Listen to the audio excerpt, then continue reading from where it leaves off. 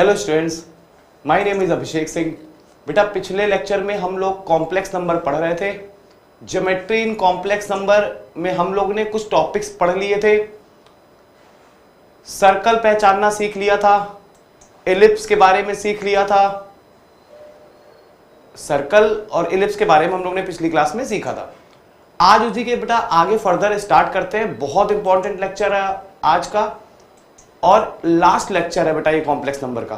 तो आइए स्टार्ट करते हैं बेटा ज्योमेट्री इन कॉम्प्लेक्स नंबर के बाकी बचे हुए पार्ट्स पे और क्यूब रूट ऑफ यूनिटी से जुड़े हुए क्वेश्चंस पे।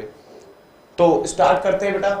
अब हम लोग सीखेंगे बेटा, हम लोग ने जो जो सीख लिया था कॉम्प्लेक्स नंबर के बारे में, वो इतनी चीजें तुमने सीख ली होंगी कि geometry in complex number, geometry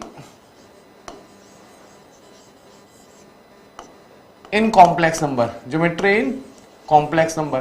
ध्यान से सुनना बेटा, ज्योमेट्री इन कॉम्प्लेक्स नंबर बहुत ध्यान से, बहुत इंपॉर्टेंट टॉपिक। हम लोग ने इसमें बेटा क्या क्या सीख लिया था। हम लोग ने एक सर्कल को पहचानना सीख लिया था। हमने तुमसे बोला था बेटा ज्योमेट्री इन कॉम्प्लेक्स नंबर में हम लोग ने सर्कल पहचानना सीख लिया था। हमने तुमसे बोला कि सर्कल की इक्वेशन क्या होती है कॉम्प्लेक्स नंबर की फॉर्म में। तो तुमने बोला कि सर जेड नॉट, जेड एक पॉइंट है जो सर्कल के सरकमफेरेंस पे कहीं लाई कर रहा है, जेड नॉट इसके सेंटर है और जेड और जेड नॉट के बीच की डिस्टेंस आर है। तब तुमने इस सर्कल की इक्वेशन क्या बोली थी बेटा, mod of Z minus Z not is equal to R. फिर हमने तुमसे बोला था एक स्टैंडर्ड सर्कल है, mod of Z is equal to R. ये एक ऐसा सर्कल है जिसके सेंटर जो है वो 0,0 है और रेडियस आर है। इसके बारे में भी जान लिया था। फिर हम लोग ने इस इक्वेशन का स्क्वायर किया था, पहली वाली इक्वेशन का स्क्वायर। तो हमारे सामने इक्वेशन आ गई थी बेटा Z Z bar plus A bar Z plus A Z bar plus B is equal to 0। ये भी बेटा एक सर्कल की इक्वेशन थी जहां पर जो ए था वो माइनस जेड नॉट के बराबर था और जो बी था वो mod of Z not square minus R square के बराबर था। ये तो था बेटा सर्कल पहचानने का तरीका। कल हम लोग ने रेक्टेंगल की इक्वेशन भी सीखी थी। पिछले क्लास में हम लोग ने रेक्टेंगल की इक्वेशन भी सीखी थी और हमने तुमसे बोला था अगर z जो है वो रेक्टेंगल के सरकमफेरेंस पे कहीं भी लाई कर रहा है तो इसकी इक्वेशन क्या होगी बेटा, Z Z bar cube plus Z bar Z cube is equal to constant. जहां पर z जो होता है बेटा वो x प्लस आयोटा y था और x और y जो थे बेटा वो इंटीजर्स वैल्यू थे। इतनी बात भी समझ में आ गई होगी बेटा। ये हम लोग ने कल इसको भी पढ़ा था बेटा। उसके बाद हम लोग ने एलिप्स के बारे में पढ़ा था, एलिप्स के बारे में। तो ध्यान होगा बेटा एलिप्स कैसे सीखा था हम लोगों ने कि एलिप्स की इक्वेशन कैसे देखते हैं। हमने तुमसे बोला एक पॉइंट है z जो एलिप्स पे लाई कर रहा है, इसके सेंटर होंगे बेटा Z1 और Z2। फिर हमने तुमसे बोला था बेटा Z की Z1 से डिस्टेंस प्लस Z की Z2 से डिस्टेंस, इसका सम किसके बराबर आएगा बेटा, 2a के बराबर। और 2a कौन सी डिस्टेंस होती है a1 के बीच की। अरे इसके कोऑर्डिनेट थे -a,0 और इसके कोऑर्डिनेट थे बेटा a,0। तो एलिप्स की इक्वेशन क्या होगी बेटा, mod of z minus z1 plus mod of z minus z2 is equal to 2a, where mod of z1 minus z2 less than 2a। बेटा z1 z2 के जो बीच की डिस्टेंस होगी, z1 z2 के बीच की डिस्टेंस वो 100% 2a से तो छोटी होगी। इन दोनों कंडीशन को अगर कोई चीज सेटिस्फाई करती है तो वो बेटा, अगर इन दोनों कंडीशन को कोई कॉम्प्लेक्स नंबर सेटिस्फाई करता है तो 100% वो एलिप्स पे लाई कर रहा। तो ये कहानी हम लोग ने पिछले लेक्चर में पढ़ी थी। आज का लेक्चर बेहद इंपॉर्टेंट। जैसे बेटा एलिप्स था वैसे ही हम लोग हाइपरबोला को पहचान सकते हैं। तो हाइपरबोला के लिए कंडीशन क्या होती है, ध्यान से सुनना बेटा।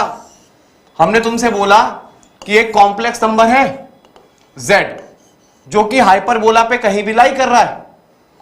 तो जैसा एलिप्स था बेटा वैसा ही हाइपरबोला कि z की z1 से डिस्टेंस माइनस z की z2 से डिस्टेंस, ये किसके बराबर आएगी बेटा, 2a के बराबर।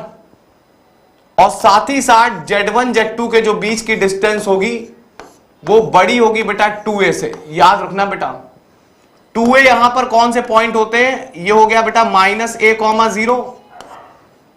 फिर से दिखा देता हूं बेटा, ये वाले जो कोऑर्डिनेट है बेटा वो क्या है -a,0 और इसके जो कोऑर्डिनेट है a पॉइंट के, ये तो a1 के थे और a पॉइंट के कोऑर्डिनेट क्या हो गया बेटा a,0। ये है पहला फोकस Z1 और ये है दूसरा फोकस Z2। बात समझ में आ गई होगी बेटा। एलिप्स के केस में और हाइपरबोला के केस में जैसे कोऑर्डिनेट ज्योमेट्री भी तुम पढ़ोगे बेटा, तो कोऑर्डिनेट ज्योमेट्री में एलिप्स की जो इक्वेशन होती है वो x² / a² plus y² / b² = 1 होती है। वेयर b² = a² × 1 - e² होता है। सबने बेटा कोऑर्डिनेट ज्योमेट्री में एलिप्स की इक्वेशन पढ़ी होगी। ये तो था बेटा एलिप्स की इक्वेशन, लेकिन अगर कोऑर्डिनेट ज्योमेट्री में अगर हम लोग हाइपरबोला की इक्वेशन देखें तो केवल प्लस की जगह क्या आ जाता है बेटा, माइनस आ जाता है। हाइपरबोला की जो इक्वेशन होती है वो होती है x² / a² - y² / b² = 1 -y² / b² = 1 where b² = a² × e² - 1। तो कोऑर्डिनेट ज्योमेट्री जब तुम पढ़ोगे तो तुम्हें समझ में आएगा बेटा कि जहां जहां एलिप्स में +1/b² होता है वहां हाइपरबोला में -1/b² होता है। मतलब b² की जगह बेटा -b² को अगर रिप्लेस कर दोगे तो एलिप्स की इक्वेशन से हमें हाइपरबोला की इक्वेशन जनरेट हो जाएगी। वही काम यहां पर भी किया बेटा। एलिप्स के केस में प्लस होता है लेकिन हाइपरबोला के केस में बीच में माइनस होता है। तो इस तरीके से हम लोग हाइपरबोला को पहचानते हैं।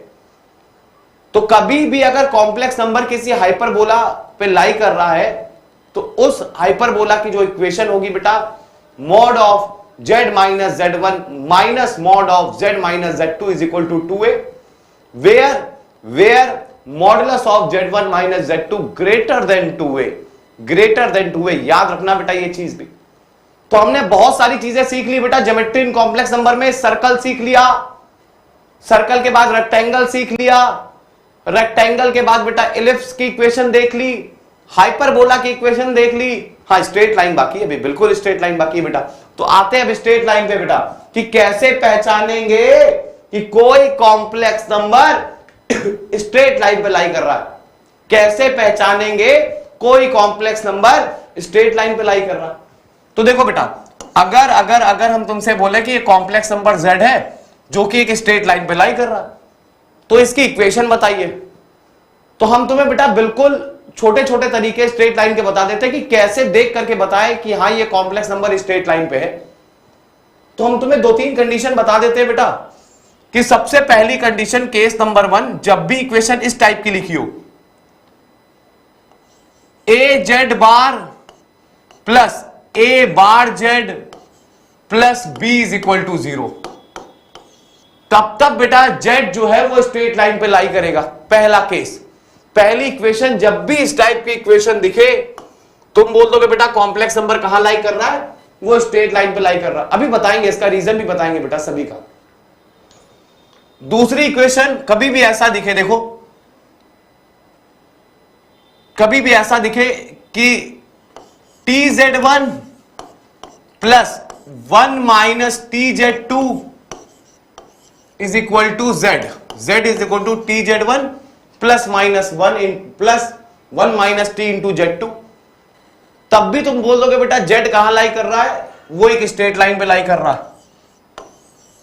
तीसरी equation mod of determinant of z, z1 z2 z bar z1 bar z2 bar 1 1 1 = 0 कभी लिखाओ।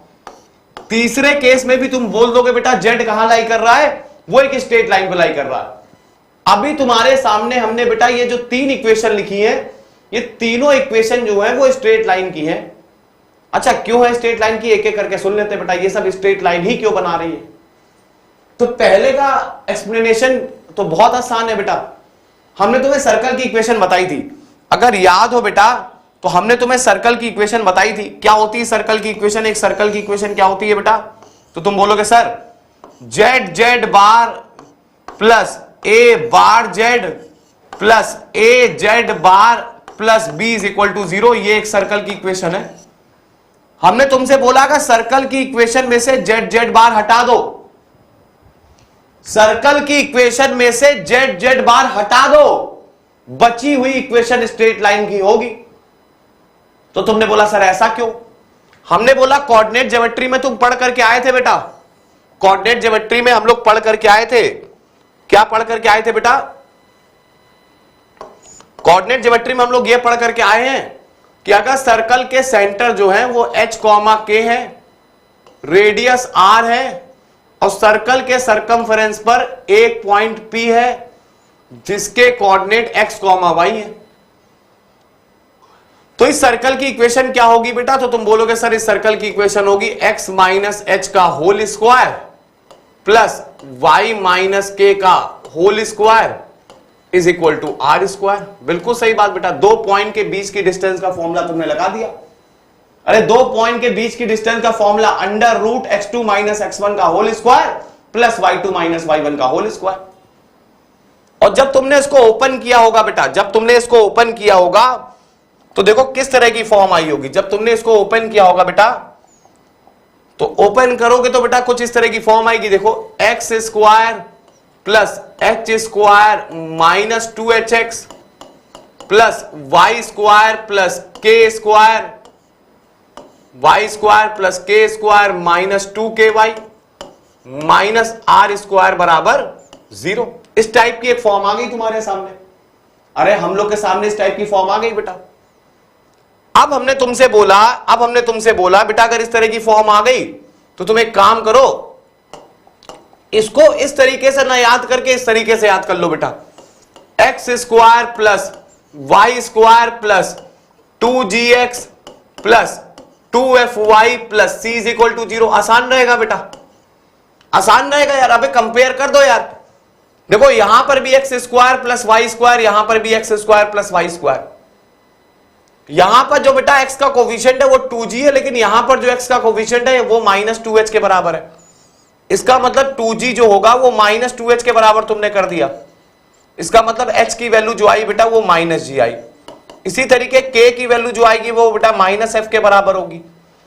और कंपेयर करके जब तुम r की वैल्यू निकालोगे तो वो आएगी under root g square plus f square minus c. तो ये कहानी तो हम लोग बेटा कोऑर्डिनेट ज्योमेट्री में पढ़ के आते हैं कि एक सर्कल की इक्वेशन कोऑर्डिनेट ज्योमेट्री में हम लोग पढ़ करके आते हैं बेटा कि अगर एक सर्कल है जिसके सेंटर h कॉमा के है, रेडियस r है, एक पॉइंट है x कॉमा y, तो इस सर्कल की इक्वेशन तुम लोग ऐसे लिख सकते हो बेटा, x square plus Y square plus 2gx plus 2fy plus c is equal to 0 where centre minus g comma minus f and radius under root g square plus f square minus c. तो ये कहानी तो हम लोग बेटा coordinate geometry में पढ़ के आते हैं, लेकिन कॉम्प्लेक्स नंबर में कैसे देखें? कॉम्प्लेक्स नंबर क्या बताता है? तो हमने तुमसे बोला कि अगर कॉम्प्लेक्स नंबर z जो है अगर वो एक स्ट्रेट लाइन पे लाई कर रहा है, कॉम्प्लेक्स नंबर z अगर एक स्ट्रेट लाइन पे लाई कर रहा है, तो इस कॉम्प्लेक्स नंबर की जो इक्वेशन होगी बेटा वो a z bar plus a bar z plus b is equal to 0 होगी। क्यों होगी बेटा? क्योंकि हमने तुमसे बोला कि जो सर्कल की इक्वेशन होती है, जो सर्कल की इक्वेशन होती है वो बेटा होती है z z bar plus a bar z plus a z bar plus b is equal to 0। Circle की इक्वेशन में से अगर तुम z z बार हटा दोगे तो बची वाली इक्वेशन जो होगी बेटा वो स्ट्रेट लाइन की होगी। ऐसा इसलिए बोला, देखो तुम्हारे सामने एक सर्कल की इक्वेशन लिखते हैं बेटा कोऑर्डिनेट ज्योमेट्री में, X square plus Y square plus 2gx plus 2fy plus c बराबर 0। ये कोऑर्डिनेट ज्योमेट्री में बेटा एक सर्कल की इक्वेशन लिखी है। अगर सर्कल की इक्वेशन में से z z बार हटा दें जेड जेड बार का मतलब होता है बेटा मॉड ऑफ जेड स्क्वायर, और मॉड ऑफ जेड स्क्वायर का मतलब हो जाएगा बेटा x square plus Y square. अरे मॉड जेड की वैल्यू पहले लेक्चर से बताते चले आ रहे हैं, under root X square plus Y square. तो मॉड ऑफ जेड स्क्वायर किसके बराबर हो जाएगा? X square plus Y square.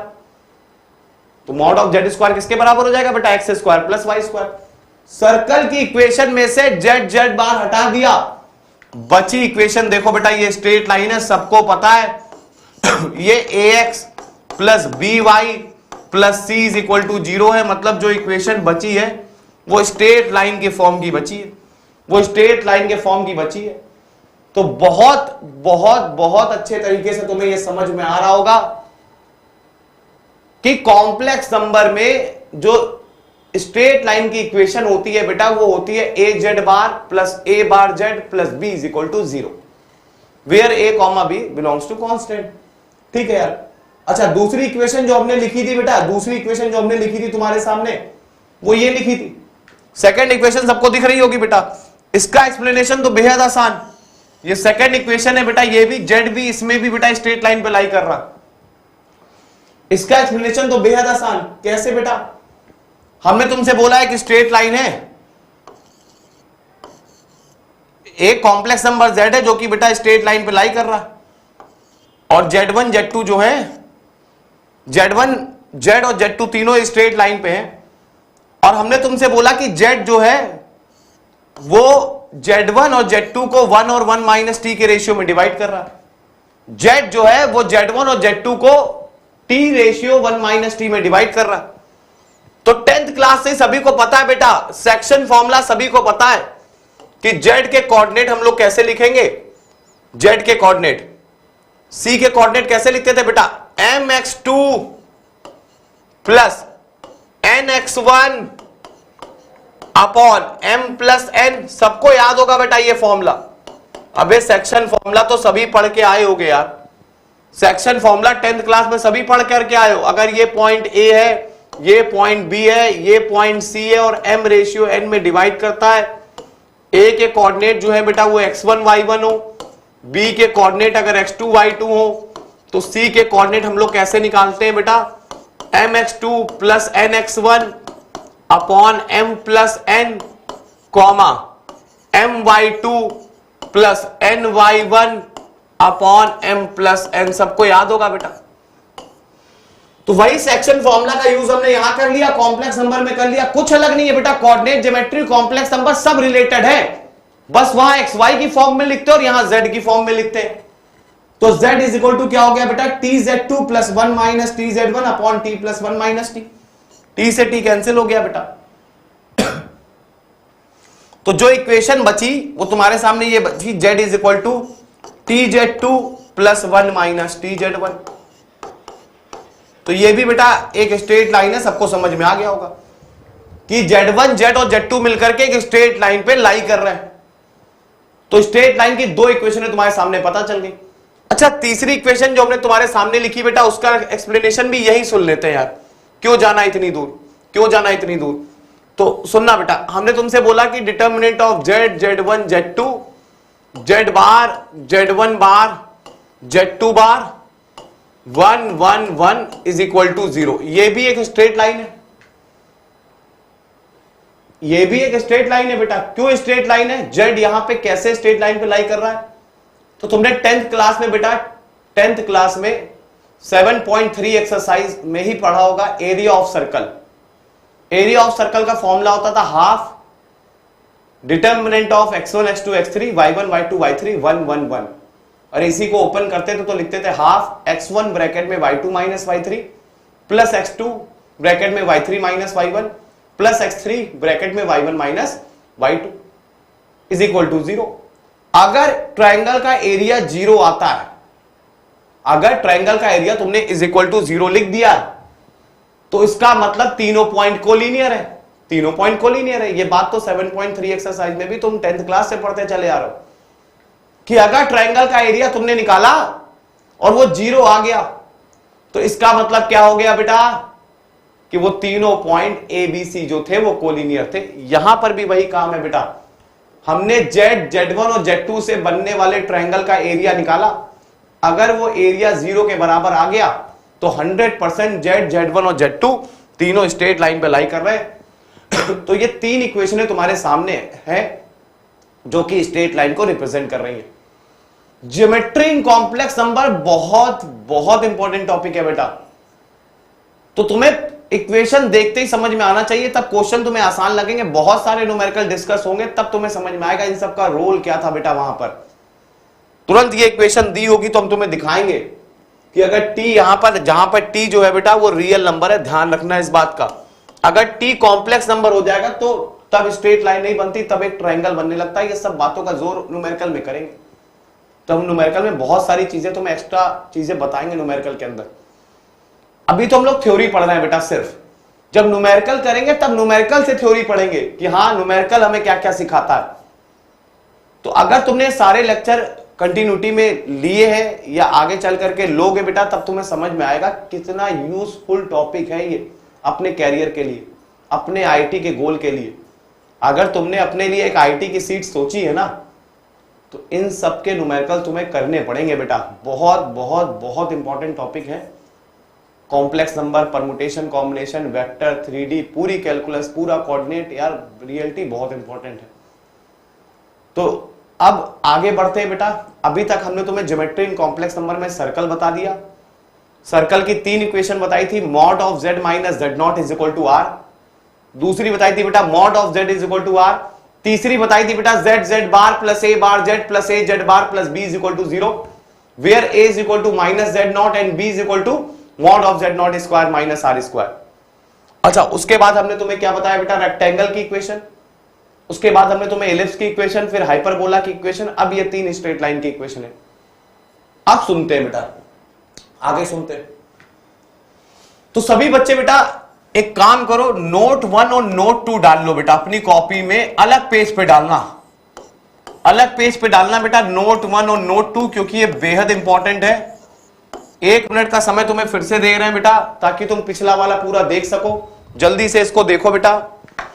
कोई प्रॉब्लम हो तो बताओ कि हाँ कहां प्रॉब्लम है बेटा। स्ट्रेट लाइन की इक्वेशन में मेरे ख्याल से कोई प्रॉब्लम नहीं आ रही होगी तुम्हें। सिर्फ एक बार पढ़नी है, सिर्फ एक बार पढ़नी है। अच्छा, अब हमने तुमसे बोला कि अपनी कॉपी में बीच में हेडिंग डाल लो बेटा नोट 1 और नोट 2। बहुत इंपॉर्टेंट बात बताने जा रहा हूं तुम्हें। कभी ऐसा लिखा हो तुम्हारे सामने, ऐसा क्वेश्चन में लिख करके आ जाए, mod of z minus z1 upon z minus z2 is equal to k। कभी ऐसा लिख करके आ जाए, mod of z minus z1 upon z minus z2 is equal to k। तो याद रखना बेटा, अगर k की वैल्यू 1 है तो 100% स्ट्रेट लाइन बनेगी, और k की वैल्यू 1 नहीं है, इसके अलावा कुछ है, तो 100% सर्कल बनेगा। याद रखना बेटा ये वाला पॉइंट, कि कभी भी तुम्हारे सामने लिख कर क्या आ जाए, mod of z minus z1 upon z minus z2 is equal to k, और अगर k की वैल्यू 1 है तो स्ट्रेट लाइन बनेगी, और 1 के अलावा कुछ और है, 1 के अलावा कुछ भी है बेटा तो 100% सर्कल बनने वाला। ये पहला पॉइंट था। अभी डिस्कस करेंगे, इसका रीजन भी बताएंगे। कभी लिखा हो तुम्हारे सामने argument of z minus z1 upon z minus z2 is equal to pi by 2, मान लो कभी ऐसा लिख करके आ जाए, तब तुम बोलोगे बेटा जो z है वो सेमी सर्कल पे लाई कर रहा है। कहां लाई कर रहा है? सेमी सर्कल पे। याद रखना बेटा, ये सब पॉइंट याद रखने वाले हैं। लेकिन कभी 0 या फिर पाई लिखा हो, ये चीज कभी 0 या फिर पाई के बराबर हो, तो याद रखना बेटा स्ट्रेट लाइन बनेगी। क्या बनेगी? Straight line. बहुत अच्छा टॉपिक है बेटा, ये सब इंपॉर्टेंट बातें, ये सब पता होनी चाहिए।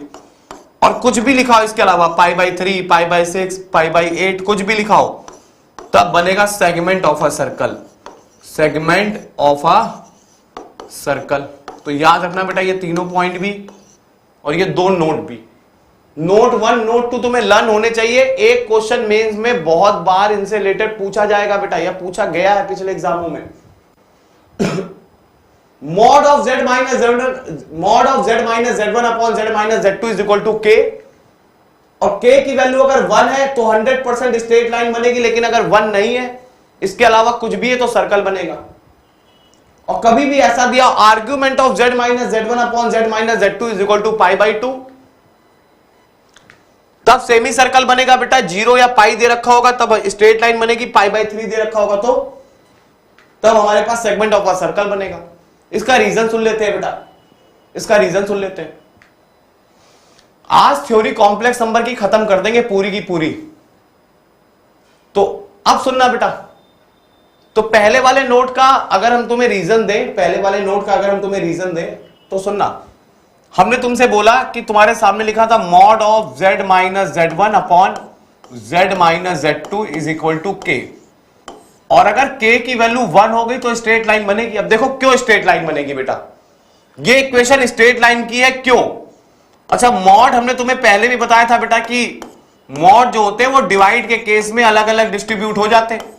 जब मॉड की लेक्चर पढ़ा रहे थे तो बताया था बेटा मॉड की प्रॉपर्टी में मॉड अलग अलग डिस्ट्रीब्यूट हो जाते हैं।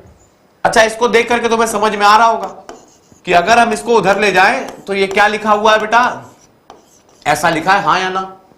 अरे mod of z minus z2 उधर चला गया। अब जल्दी से देख करके बताओ बेटा ये है क्या? तुमसे बोला है जो z है बेटा, z की z1 से डिस्टेंस और z की z2 से डिस्टेंस, z की z1 से डिस्टेंस और z की z2 से डिस्टेंस बराबर है। तो इसका मतलब कि z जो है वो 100% परपेंडिकुलर बाइसेक्टर है। किसका बेटा? z1 और z2 का। z जो है वो परपेंडिकुलर बाइसेक्टर है बेटा, किसका? z1 और z2 का। z इस स्ट्रेट लाइन में कहीं भी मूव करे, z इस स्ट्रेट लाइन में कहीं भी मूव करे, इसकी हमेशा z1 से डिस्टेंस और z2 से डिस्टेंस अगर बराबर है तो इसका मतलब z जो है बेटा वो परपेंडिकुलर बाइसेक्टर है। किसका? z1 और z2 का। तो यहां से क्या कंक्लूजन निकला कि z is a perpendicular bisector of perpendicular bisector का मतलब समझ रहे होगा, straight line of z1 and z2। z is a perpendicular bisector of z1 and z2। इसका मतलब modulus of z minus z1 is equal to modulus of z minus z2। जब जब होगा तब तब 100% एक स्ट्रेट लाइन बनेगी। अच्छा, बच्चों ने बोला सर मान लीजिए हमने यहां नहीं पढ़ा होता कि z की z1 से डिस्टेंस और z की z2 से डिस्टेंस बराबर है, ये मेरे दिमाग में ना आया होता, फिर हम क्या करते? तो हम तुमसे बोलते बेटा कि दोनों साइड स्क्वायर कर दो यार, स्क्वायर कर दो, अपने आप समझ में आ जाएगा क्या बन रहा है। तो जैसे ही तुमने स्क्वायर किया जैसे तुमने स्क्वायर किया बेटा, मॉड ऑफ z स्क्वायर किसके बराबर होता है? तुम बोलोगे सर z इंटू z का बार। हम बोलेंगे बिल्कुल सही बात बेटा, is equal to mod of z square, यहां भी खोल दो तो क्या लिखोगे? z इंटू z का बार। हम बोलेंगे बेटा बिल्कुल सही बात।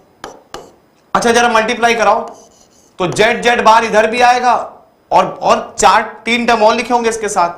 देखो ना, z बार माइनस का z1 बार, अरे ऐसे करके पूरा मल्टीप्लाई करा लोगे। और इस साइड भी मल्टीप्लाई कराओगे बेटा तो z बार इस साइड भी आएगा, और बाकी बहुत कुछ इधर भी लिखा होगा, z2 बार, बाकी 2 टर्म और लिखे होंगे, लिख लेना। अब हम तुमसे बोले कि देखो यहां का z बार और यहां का z बार कैंसिल हो गया, कैंसिल हो गया बेटा। और अगर इक्वेशन से z बार कैंसिल हो गया तो 100%, अगर इक्वेशन से z बार ही हट गया तो 100% इक्वेशन किसकी बन गई? वो स्ट्रेट लाइन की बन गई। तो स्ट्रेट लाइन है बेटा। अच्छा, 1 के अलावा कुछ और होता, मान लो यहां पर 1 के अलावा 2 होता तो स्क्वायर करने के बाद यहां 4 आ जाता बेटा, यहां 4 आ जाता तो यहां भी 4 आ जाता और यहां पर भी 4 आ जाता। तो 4z बार माइनस z बार 3z बार बच जाता। और इक्वेशन में अगर z बार बच गया तो 100% वो सर्कल हो गया।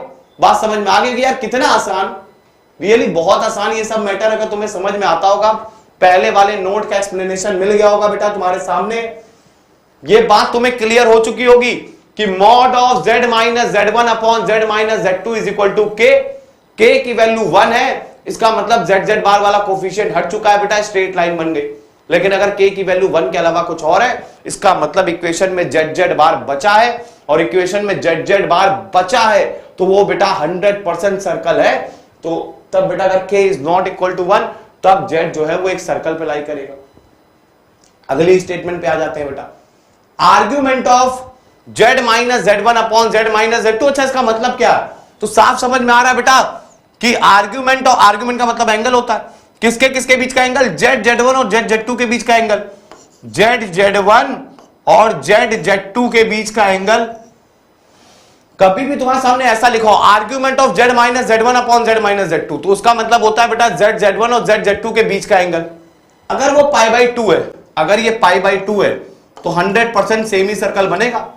अरे सभी को पता है बेटा कि अगर अगर अगर ये एंगल π/2 है, z जो है अगर z1 और z2 के साथ π/2 का एंगल बना रहा है, इसका मतलब बेटा 100% z जो है वो सेमी सर्कल पे लाई कर रहा है, क्योंकि सेमी सर्कल पे बनने वाले एंगल हमेशा कितने होते हैं बेटा? 90 डिग्री।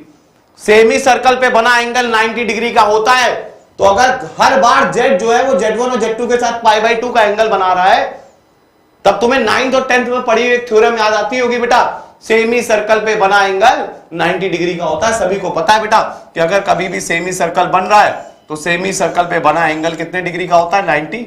ये पॉइंट कहीं भी मूव कर जाए, हमेशा एंगल जो बनेगा बेटा वो 90 डिग्री का ही बनेगा।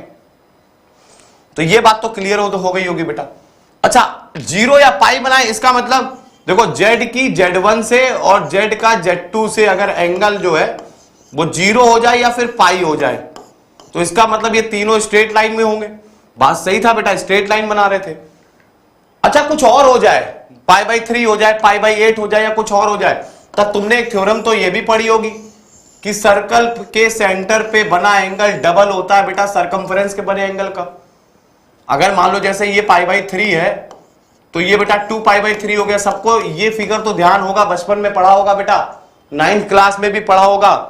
तो ज्योमेट्री बहुत ज्यादा तुम पढ़ के आए हो बेटा 9th 10th क्लास में।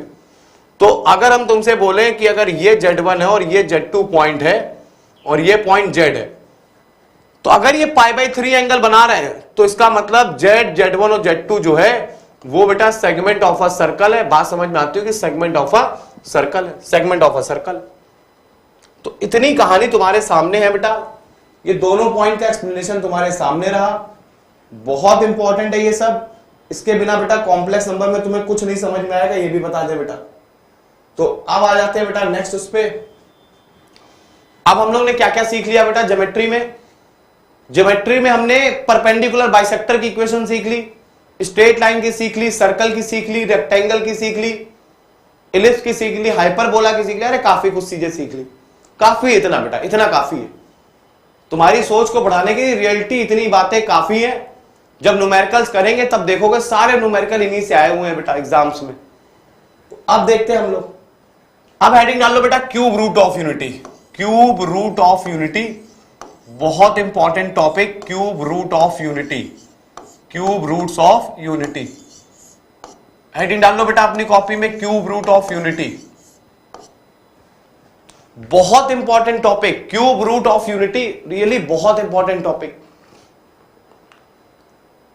बहुत अच्छा सौभाग्य है बेटा तुम्हारा कि अगर इससे क्वेश्चन आ जाए पेपर में तुम्हारे पास, मेंस में अगर क्यूब रूट ऑफ यूनिटी का क्वेश्चन आ गया तो समझना वो गलत नहीं होने वाला। बहुत आसान न्यूमेरिकल बनते हैं यार इसके, बहुत आसान। इवन जब मैं भी आईटी की प्रिपरेशन कर रहा था तो मैं सोचता था, मेरा फेवरेट टॉपिक था बेटा उस समय। मुझे लगता था काश कॉम्प्लेक्स नंबर में किसी और पार्ट से क्वेश्चन ना करके इससे आ जाए यार, क्योंकि इसके सारे क्वेश्चन तुरंत बन जाते थे हमसे। तुमसे भी बन जाएंगे बेटा, आसान है। क्यूब रूट ऑफ यूनिटी मतलब यूनिटी के 3 रूट्स है बेटा, X cube is equal to 1। ये इक्वेशन हमने तुम्हारे सामने लिखी, एक क्यूबिक इक्वेशन हमने तुम्हारे सामने लिख दी, x cube is equal to 1। तो हमने बोला इस इक्वेशन के कितने रूट्स होंगे, तो तुमने बोला सर 3 रूट्स होंगे, क्योंकि क्यूबिक इक्वेशन है 3 रूट्स होंगे। तो चलो तीनों रूट्स निकालते हैं बेटा। तो तुमने बोला कि सर 1 को इधर ले आते हैं। 1 को जैसे ही तुम इधर लाओगे तो A cube minus B cube का formula, A minus B A square plus B square plus A B is equal to 0। दो चीज का मल्टीप्लाई 0 कब होता है बेटा? दो चीजों का मल्टीप्लाई 0 कब होता है? जब या तो ये चीज 0 हो या फिर बेटा ये चीज 0 हो। बात समझ में आ गई होगी यार, एक टर्म को तो 0 होना पड़ेगा। और अगर x माइनस 1 0 है, x माइनस 1 0 है तो x की वैल्यू कितनी आ गई बेटा? 1 आ गई। और अगर ये 0 है तो x की वैल्यू आ गई minus B plus minus under root B square minus 4ac upon 2a। इसका मतलब क्या क्या आ गई बेटा, इसको थोड़ा सा सॉल्व करो तो -1 plus minus iota root 3/2 by 2 था बेटा, अलग अलग डिवाइड कर दिया। इसका मतलब तुम्हें यह बात समझ में आ गई बेटा कि x cube is equal to 1 के 3 रूट्स आ गए। एक आ गया 1, एक आ गया -½ प्लस आयोटा रूट 3/2 और तीसरा आ गया बेटा -½ माइनस आयोटा रूट 3/2। बोलो यार हाँ या ना। अबे एक रूट आ गया 1, एक आ गया -½ प्लस आयोटा रूट 3/2, तीसरा आ गया -½ माइनस आयोटा रूट 3/2। इसी को बेटा शॉर्ट फॉर्म में हमने याद रखने के लिए बोल दिया ओमेगा। क्या बोल दिया? ओमेगा। और इसको नया नाम दे दिया बेटा ओमेगा स्क्वायर, कि हमें याद रहे आसानी से कि x cube is equal to 1 के 3 रूट्स होते हैं। एक होता है बेटा 1, दूसरा होता है ओमेगा, तीसरा होता है ओमेगा स्क्वायर। हमें याद रहे बेटा x cube is equal to 1 के 3 रूट्स होते हैं। पहला होता है 1, दूसरा होता है ओमेगा, तीसरा होता है ओमेगा स्क्वायर। जो ओमेगा की वैल्यू होती है बेटा जो ओमेगा की वैल्यू होती है वो होती है बेटा -½ प्लस आयोटा रूट 3/2 और जो ओमेगा स्क्वायर होता है वो होता है बेटा -½ माइनस आयोटा रूट 3/2। ये दोनों वैल्यूज तुम्हें याद होनी चाहिए। ओमेगा की वैल्यू बोलो बोलो बोलो बेटा, ओमेगा की वैल्यू बोलो -½ प्लस आयोटा रूट 3/2 और omega square -½ minus iota root 3/2। अब दो प्रॉपर्टी तुम्हारे सामने लिख रहे हैं बेटा, बिल्कुल देखते ही समझ में आ जाएगी यार, कि देखते ही तुम्हें समझ में आ जाएगी ये दो प्रॉपर्टीज कि 1 प्लस ओमेगा स्क्वायर की वैल्यू जो आएगी बेटा वो 0 के बराबर आएगी। अगर इन तीनों को ऐड करोगे तो देखो बेटा ये 98 1 रुपए से कैंसिल, अरे 50 पैसे 1 रुपए से कैंसिल। ऐड करो तीनों को, -½ 1 से कैंसिल, आयोटा रूट 3/2 और माइनस आयोटा रूट 3/2 कैंसिल हो गए। तो ये सब ऐड करोगे तो सारे मिलाकर के क्या हो जाएंगे बेटा 0। तो तुम्हें ये समझ में आ गया x cube is equal to 1 के 3 रूट्स, 1 ओमेगा और omega square. 1 plus omega square जो होता है बेटा वो 100% 0 के बराबर होता है। अच्छा तीनों का मल्टीप्लाई करा दो, तीनों का मल्टीप्लाई कराओ, मल्टीप्लाई में पावर ऐड हो जाती है। 2 + 1 कितना हो जाएगा बेटा 3 हो जाएगा। ओमेगा क्यूब मल्टीप्लाई कराओ जरा इन तीनों टर्म का, इन तीनों टर्म का मल्टीप्लाई कराओ तो a + b a - b a square minus B square. बात सबको समझ में आ रही होगी बेटा। अच्छा आयोटा स्क्वायर -1 होता है तो माइनस माइनस प्लस हो गया, 25 पैसे प्लस 75 पैसे 1 रुपए। देखो 1 आएगा बेटा, अरे 1/4 प्लस 3/4 1 आ गया। तो ओमेगा क्यूब की वैल्यू क्या आएगी बेटा 1। तो ये दो बातें तुम्हें बिल्कुल प्रॉपर्टी के तौर पे ओमेगा की याद रहनी चाहिए कि x cube is equal to 1 के 3 रूट्स होते हैं, 1 ओमेगा और ओमेगा स्क्वायर। ओमेगा की वैल्यू होती है -½ plus iota root 3/2, omega square होता है बेटा -½ minus iota root 3/2। 1 plus omega square 0 के बराबर होता है और ओमेगा क्यूब जो है बेटा वो 1 के बराबर होता है। ओमेगा क्यूब जो है वो 1 के बराबर होता है। इतनी बात अगर तुम्हारे समझ में आती है तो आगे बढ़ते हैं बेटा। इतनी बात अगर तुम्हें समझ में आती है कि x cube is equal to 1 के 3 रूट्स लिखे तुम्हारे सामने, x cube is equal to 1 के 3 रूट्स लिखे, एक हो गया बेटा 1, एक हो गया 1, एक हो गया -½ प्लस आयोटा रूट 3/2। देखो ओमेगा के कोऑर्डिनेट क्या हो गए, -½ प्लस आयोटा रूट 3/2। -½ कॉमा लगा लेना बेटा, बीच में कॉमा लगा लेना। तो एक बार फिर से लिख देता हूं कॉमा लगा करके, ताकि -½ कॉमा रूट 3/2। अच्छा दूसरा होगा बेटा ओमेगा स्क्वायर, उसके कोऑर्डिनेट होते हैं -½ माइनस आयोटा रूट 3/2, यानी -½ कॉमा माइनस रूट 3/2, दोनों माइनस में थर्ड कोऑर्डिनेट में होगा। अब तुम्हें इसका मतलब 100% x cube is equal to 1 के तीनों जो रूट्स हैं वो एक यूनिट रेडियस के सर्कल पे लाई कर रहे होंगे। इतनी बात तो समझ में आ रही होगी बेटा, क्यों सर्कल बना रहे हैं। बात समझ में भी आती होगी भाई, ये पॉइंट तुम्हें पता है 0,0, ये डिस्टेंस तुम्हें पता है 1। जब तुम ये डिस्टेंस निकालोगे बेटा डिस्टेंस फॉर्मूले से, दो पॉइंट के बीच की डिस्टेंस का फॉर्मूला निकालोगे तो ये भी 1 आ जाएगी, और अगर इनके बीच की डिस्टेंस निकालोगे तो वो भी 1 आ जाएगी। तो तुम समझ गए यार कि ये 100% 1 ओमेगा और ओमेगा स्क्वायर जो है वो बेटा यूनिट रेडियस के सर्कल पे लाई कर रहे हैं। x cube is equal to 1 के जो तीनों रूट्स हैं वो यूनिट रेडियस के सर्कल पे लाई कर रहे हैं। और ये खुद तीनों मिलकर के बेटा एक इक्विलेटरल ट्रायंगल बना रहे हैं। क्या बना रहे हैं तीनों मिलकर के? एक इक्विलेटरल ट्रायंगल। ध्यान रखना इस बात को बेटा, इक्विलेटर। क्यों इक्विलेटरल ट्रायंगल बना रहे हैं? अगर तुम इसकी लेंथ निकालोगे, इसकी लेंथ निकालोगे और इसकी लेंथ निकालोगे, अब कोऑर्डिनेट तीनों के पता है, तब तुम देखोगे तीनों की तीनों साइड जो है वो बराबर आ गई, और बराबर आ गई तो इसका मतलब इक्विलेटरल ट्रायंगल है, मतलब ये वाला जो एंगल है वो π/3। अगर ये π/3 तो 100% ये वाला एंगल कितना है? जल्दी से बोलो बेटा, ये वाला एंगल कितना होगा? ये वाला एंगल ओमेगा स्क्वायर, मतलब एक साइड जो है बेटा वो सेंटर पे कितने का एंगल बना रही होंगी? वो सेंटर पे 2π/3 का एंगल बना रही होगी, 120 डिग्री का एंगल बना रही होंगी।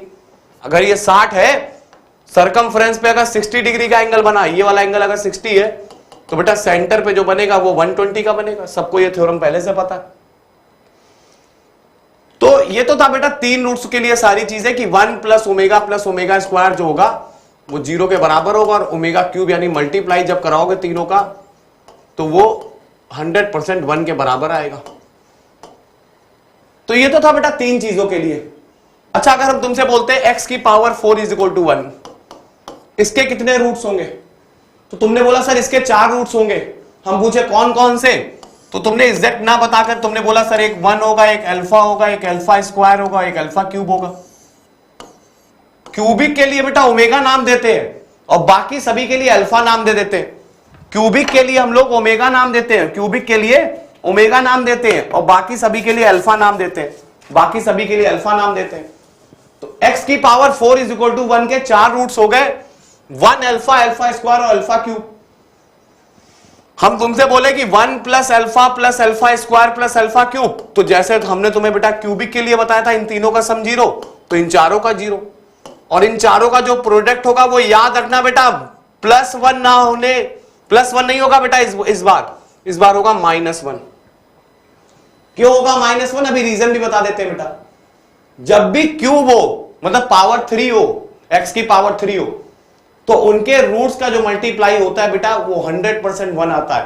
पावर 4 वालों के लिए -1, पावर 5 वालों के लिए वापस +1, पावर 6 वालों के लिए फिर -1, फिर +1, फिर -1, फिर +1, फिर -1, फिर +1, फिर -1।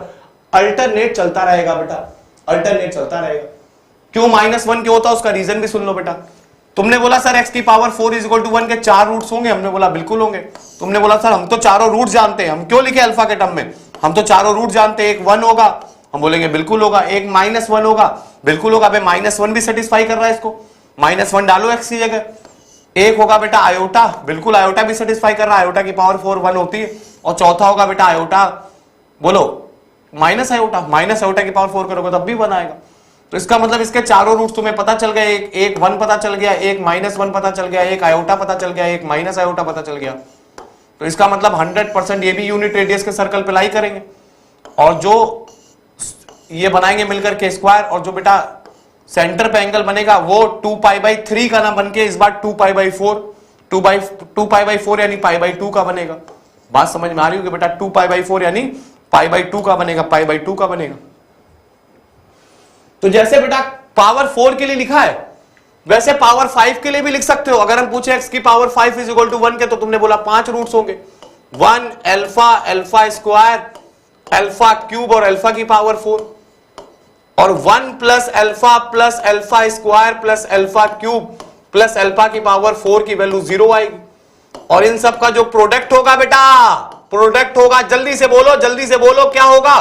वो बेटा वापस +1 आ जाएगा। बोलो यार, वापस क्या आ जाएगा? +1, -1 नहीं आएगा इस बार।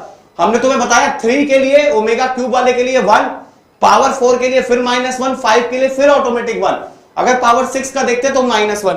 मतलब अगर ये 5 रूट्स हैं तो ये पांचों रूट जो होंगे बेटा वो एक यूनिट रेडियस के सर्कल पे लाई करेंगे, वो एक यूनिट रेडियस के सर्कल पे लाई करेंगे। कौन कौन से? 1 अल्फा, अल्फा स्क्वायर, अल्फा³ और अल्फा की पावर 4, वो यूनिट रेडियस के सर्कल पे लाई करेंगे और मिलकर के क्या बनाएंगे बेटा? पेंटागन बनाएंगे। क्या बनाएंगे? पेंटागन बनाएंगे, और 2π/5 का एंगल जनरेट करेंगे सेंटर पे, 2π/5 का। तो इन जनरल अगर हमें लिखना हो, इन जनरल अगर हमें लिखना हो x की पावर n = 1 के लिए, तो अब तो तुम आसानी से लिख सकते हो बेटा, एक रूट होगा 1, दूसरा होगा अल्फा, फिर होगा अल्फा स्क्वायर, फिर होगा अल्फा³ और डॉट डॉट डॉट लास्ट वाला होगा बेटा अल्फा की पावर n माइनस 1, और इन सभी का सम जो होगा 1 plus alpha square plus and so on alpha की पावर n माइनस 1, वो 100% जीरो के बराबर होगा, और इन सभी का प्रोडक्ट जो होगा बेटा वो 100% माइनस 1 की पावर n माइनस 1 के बराबर होगा। अरे क्यूब डाल के देखो, 3 डाल के देखो, 3 डालो तो क्यूब वाला आ जाएगा, 3 डालो बेटा तो देखो आंसर 1 आ रहा, 4 डाल के देखो तो माइनस 1 आ रहा, 5 डाल के देखो तो प्लस 1 आ रहा, 6 डाल के देखो तो माइनस 1 आ रहा, 7 डाल के देखो तो प्लस 1 आ रहा। तो इसका मतलब ये एक एन साइड का पॉलीगन बनाएंगे सर्कल के ऊपर, और जो एंगल जनरेट करेंगे बेटा वो 2 पाई बाई एन का करेंगे, जो एंगल जनरेट करेंगे वो 2 पाई बाई एन का करेंगे। अरे बहुत क्वेश्चन मिलेंगे इसके ऊपर, करेंगे न्यूमेरिकल्स बेटा, बहुत सारे क्वेश्चन मिलेंगे इसके ऊपर। अच्छा लास्ट टॉपिक इसका बचता है बेटा डी मार्विस थ्योरम, वो भी यही पढ़ लेते हैं और आज की क्लास का एंड करते, इस चैप्टर का एंड करते हैं बेटा। डी मार्विस थ्योरम बहुत आसान टॉपिक, हेडिंग डाल लो बेटा डी मार्विस थ्योरम, 2 मिनट की क्लास बाकी है। डी मार्विस थ्योरम में बहुत ज्यादा कुछ सीखने के लिए है नहीं। डी मार्विस थ्योरम बेटा अब सुनना, डी मार्विस थ्योरम के बारे में सुन लेना एक बार। कभी भी तुम्हारे सामने लिखा हो, सुनना बेटा, कभी भी तुम्हारे सामने लिखा हो cos theta plus iota sine theta की पावर n, कभी भी ऐसा लिखा हो cos theta plus iota sine theta की पावर n, तो तुम्हारा बेटा जब भी इस फॉर्म में लिखा होगा तो ये जो n है ना वो थीटा के आगे आ जाएगा, इसको बोलेंगे cos n theta plus iota sine n theta. हमेशा जैसे कभी भी तुम्हारे सामने लिखा हो cos theta plus iota sine theta की पावर 3, इसका क्यूब लिखा हो तो तुम तुरंत इसको ब्रेक कर सकते हो बेटा, cos 3 theta plus iota sine 3 theta, ऐसे ब्रेक कर सकते हो। लेकिन कभी भी ऐसा लिखा हो sine theta plus iota cos theta की पावर n, तो अब नहीं ब्रेक कर सकते बेटा, अब तुम नहीं लिख सकते इसको ऐसा sine n theta plus iota cos n theta, ऐसा अब नहीं लिखा जा सकता। क्यों नहीं लिखा जा सकता, उसका रीजन सुन लो बेटा। यूलर ने, हमने तुम्हें पहले ही बताया था, यूलर ने cos थीटा प्लस आई साइन थीटा को किसका नाम दिया था, तो तुमने बोला सर e की पावर आई थीटा का नाम दिया था। तो इसका मतलब कभी भी ऐसा लिखा हो तो उसको ऐसा लिख सकते। और ये क्या लिखा है बेटा, ये लिखा है e की पावर आई एन थीटा। अच्छा अब इसको थीटा पढ़ो बेटा, e की पावर आई थीटा, इसको हम क्या लिख सकते हैं cos theta plus iota sine theta, तो इसको तो ऐसा लिखा जा सकता है। लेकिन यूलर ने बेटा इस चीज को e की पावर आई थीटा का नाम नहीं दिया था, इसलिए हम इसको ऐसे नहीं ब्रेक कर सकते। लेकिन तब भी किसी को लग रहा है कि नहीं सर हमें करना ही करना है, इसको भी इस फॉर्म में लाना है, तो तुम एक काम कर सकते हो बेटा, साइन थीटा को लिख सकते हो cos 90 minus theta, cos 90 minus theta plus iota cos theta को लिख सकते हो बेटा sine 90 minus theta, sine 90 minus theta. इस तरीके से लिखने के बाद अब पावर n कर दो। अरे ये चीज लिखी हो और तुम्हें करना ही कि नहीं सर हमें बदलना ही है, n को बाहर लाना ही है, तो तुम पहले इस चीज को बेटा, इस चीज को बदल लोगे इस फॉर्म में, और इस फॉर्म में बदलने के बाद तुम्हें समझ में आ गया यार कि अब तो आसानी के साथ n जो है वो बाहर आ सकता है। तो cos n pi by 2 minus theta plus iota sine n into pi by 2 minus theta, तो ये होती है बेटा यूलर थ्योरम। बहुत कम क्वेश्चनों में इसका भी यूज देखने को मिलेगा। आज के लेक्चर में सिर्फ इतना ही, कॉम्प्लेक्स नंबर की पूरी थ्योरी कंप्लीट होती है बेटा। न्यूमेरिकल्स करेंगे, बहुत अच्छे न्यूमेरिकल्स करेंगे, और सभी बेटा सभी स्टूडेंट्स अपने फ्रेंड्स को, जो उनके जानकारी में जितने बच्चे पढ़ रहे हैं उन सभी को वीडियो शेयर करें बेटा, ताकि तुम्हारा एक हेल्दी कंपटीशन बन सके। जितने ज्यादा बच्चे आएंगे उतने ज्यादा मैं न्यूमेरिकल्स भी कराऊंगा बेटा इस प्लेटफॉर्म पे, एक एडू के इस प्लेटफॉर्म पे। आप सबसे आज के लिए सिर्फ इतना ही।